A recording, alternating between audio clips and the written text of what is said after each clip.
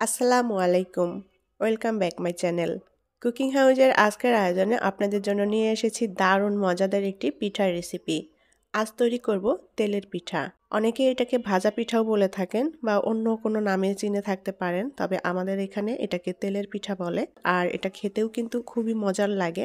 শুকনো চালের গুঁড়া দিয়ে কিভাবে পারফেক্ট এই তেলের পিঠা তৈরি করে নেওয়া যায় সেটাই আপনাদের সাথে শেয়ার করছি।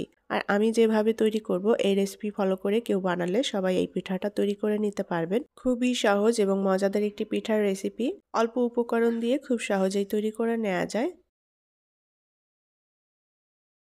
একটা মিক্সিং বোল নিয়ে নিয়েছি। এখন এর মধ্যে নিয়ে নেব চালের গুঁড়া। আমি এখানে 2 কাপ পরিমাণ চালের গুঁড়া নিয়েছি।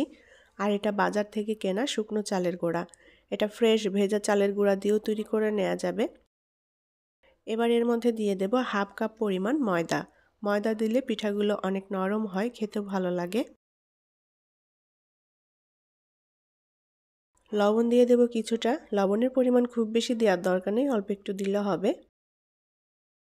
এবার দিয়ে দেব চিনি। আমি এখানে পৌনে 1 কাপের মতো চিনি নিয়েছি। মিষ্টি যে যতটা খেতে পছন্দ করেন সেভাবেই চিনিটা দিয়ে দিতে হবে। চিনির পরিবর্তে এখানে গুড় দিয়েও এই তেলের পিঠা বা ভাজা পিঠাটা তৈরি করে নেওয়া যায়। এবার চালের গুঁড়ার সাথে সবকিছু ভালোভাবে মিলিয়ে নেব। এখন একটা ব্যাটার তৈরি করে নেব। আর ব্যাটার তৈরি করার জন্য আমি এখানে হালকা কুসুম গরম পানি নিয়েছি। এখন অল্প অল্প করে পানি দিয়ে ব্যাটারটা তৈরি করে নিতে হবে। ব্যাটারটা একটু ঘন হবে, খুব বেশি পাতলা না আবার খুব বেশি ঘনও না, মিডিয়াম ঘন করে ব্যাটারটা তৈরি করে নিতে হবে।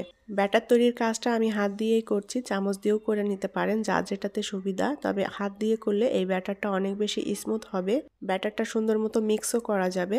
আর ব্যাটারটা খুব ভালোভাবে ফেটিয়ে নিতে হবে যতক্ষণ না চিনিটা সুন্দর মতো গলে যায়। ব্যাটারের ঘনত্বটা দেখেই হয়তো বুঝতে পারছেন কতটা ঘন করে তৈরি করে নিয়েছি। খুব ভালোভাবে ব্যাটারটা ফেটিয়ে নিতে হবে। আর এই ব্যাটারটা যত ভালো মতো ফেটিয়ে নেওয়া হবে পিঠাগুলোও ততটা সুন্দর হবে। ব্যাটারটা আমি তৈরি করে নিয়েছি। এখন এই ব্যাটারটাকে আমি 15 মিনিট মতো রেস্টে রেখে দেব। আমি 15 মিনিট ব্যাটারটা ঢেকে রেখেছিলাম।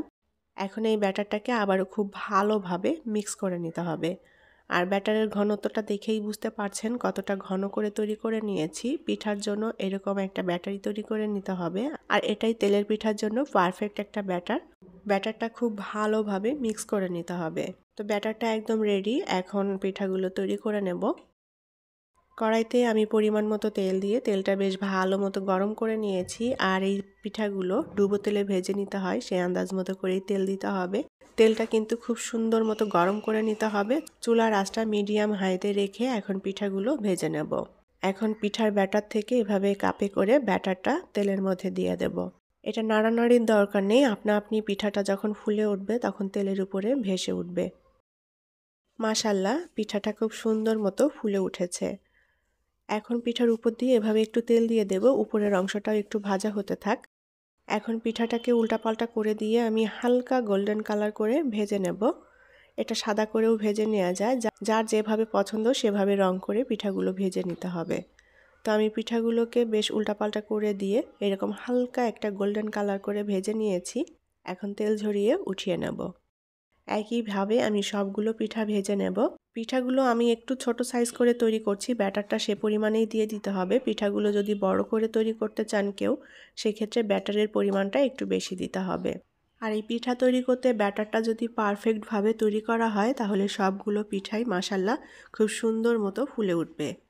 তো এই পিঠাটাও খুব সুন্দর মতো ফুলে উঠেছে, আপনারা দেখে হয়তো বুঝতে পারছেন। পিঠার উপরে এভাবে একটু তেল দিয়ে দিচ্ছি যাতে করে পিঠার উপরের ভাগটাও একটু ভাজা হতে থাকে। তো উল্টাপাল্টা করে দিয়ে আমি হালকা গোল্ডেন কালার করে পিঠাগুলো ভেজে নেব।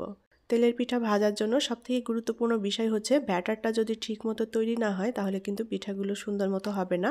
আর চুলার আঁচটাও এখানে একটা গুরুত্বপূর্ণ বিষয়, চুলার আঁচটা মিডিয়াম হাইতে রাখতে হবে।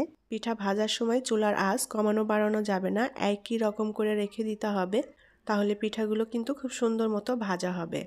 তো পিঠাগুলো কেউ সাদা করে যদি ভেজে নিতে চান তাহলে এই পর্যায়ে উঠিয়ে নিতে পারেন। আমি একটু হালকা গোল্ডেন কালার করে ভেজে নেব, যার কারণে উল্টাপাল্টা করে দিয়ে পিঠাটা একটু গোল্ডেন কালার করে ভেজে নিতে হবে। বা এর থেকে যদি একটু লালচে কালার করে ভেজে নিতে চান সেটাও নিতে পারেন, এটা যার যার পছন্দ। তো পিঠাটাই আমি এরকম হালকা গোল্ডেন কালার করে ভেজে নিয়েছি। এখন তেল থেকে তুলে নেব। আর সবগুলো পিঠাই আমি একই রকম করে ভেজে নেব। পিঠাটা দেখেই হয়তো বুঝতে পারছেন মাশাআল্লাহ কতটা সুন্দর মতো ফুলে উঠেছে। তৈরি হয়ে গেল শুকনো চালের গুঁড়া দিয়ে দারুণ মজাদার টেস্টি ফুলকো এই তেলের পিঠাগুলো। প্রতিটা পিঠাই মাশাআল্লাহ অনেক সুন্দর মতো ফুলেছে।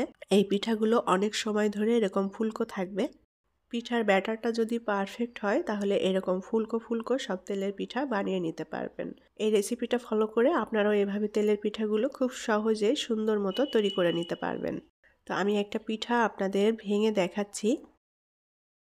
এর ভেতরটা কতটা সুন্দর হয়েছে। প্রতিটা পিঠা কিন্তু এরকম ফুলকো হয়েছে, খুব সুন্দর মতো ফুলেছে। মাশাআল্লাহ, পিঠার উপরের থেকে ভেতরের দিকটা কিন্তু দেখতে খুবই সুন্দর লাগছে। আশা করি আজকের পিঠার রেসিপি আপনাদের কাছে ভালো লেগেছে। আর যদি ভালো লেগে থাকে তাহলে প্লিজ ভিডিওতে একটা লাইক দিবেন এবং ভিডিওটি শেয়ার করবেন। আর এরকমই সব মজার মজার এবং নিত্য নতুন রেসিপি পেতে চ্যানেলটি সাবস্ক্রাইব করে সাথে থাকার অনুরোধ রইল। সবাই অনেক অনেক ভালো থাকবেন। আল্লাহ হাফেজ।